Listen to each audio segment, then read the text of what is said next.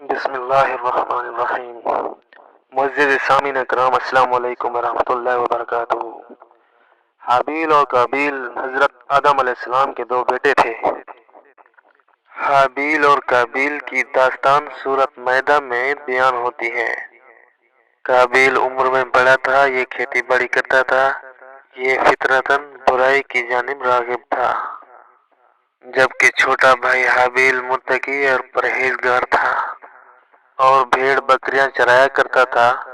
एक दिन वो भेड़ बकरियां चरा रहा था तो एक दिन अल्लाह के हुजूर हुक्म आया कि एक कुर्बानी पेश करो, ताकि वाज़ेह हो जाए कि कौन मुत्तकी और परहेजगार है। कदीम जमाने में कुर्बानी की ये एक अलामत होती थी कि जिसकी कुर्बानी को आसमान से आग आकर जला दे तो समझा जाता कि उसकी कुर्बानी कबूल हो गई। तो दोनों ने कुर्बानी पेश की। हाबील ने एक सीरत और अल्लाह से डरने वाला था। उसने अपनी बेहतरीन भेड़ अल्लाह की राह में कुर्बान की और काबील अपनी खेत की नाकिस अनाज लेकर आया।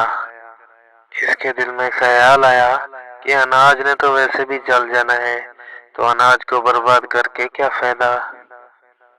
दोनों दूर हटकर अल्लाह के फैसले का इंतजार करने लगे और कुछ ही देर में आसमान से बिजली कड़की और उसने हाबील की कुर्बान की हुई भेड़ को जला डाला और काबील का अनाज वैसे का वैसा पड़ा रहा। इससे वाज़ेह था कि हाबील की कुर्बानी कबूल हो गई, जबकि काबील की कुर्बानी नाकाबिल कबूल थी।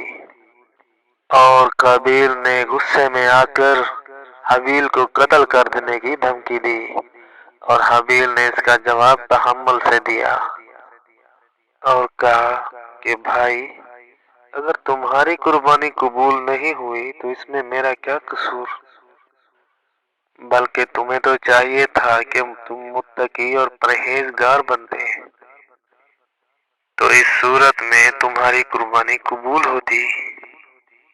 और फिर भी तुम मुझे कत्ल करना चाहते हो तो मैं पहल नहीं करूंगा। काबील कुछ अरसा उसकी बातों को सोचता रहा, लेकिन शैतान और उसके नफ्स ने इस बात पर उसको आमादा कर दिया कि वो अपने भाई हाबील को कत्ल कर डाले।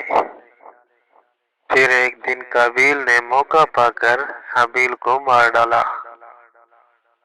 अब वो सोचता रहा कि इसकी लाश का क्या करे, क्योंकि उसकी लाश में बदबू पैदा हो गई थी और उसने देखा कि एक कौवा अपने मुर्दा भाई को जमीन में दफन कर रहा है। तो इसने भी जमीन में गड्ढा खोदा और अपने भाई हाबील को दफन कर दिया।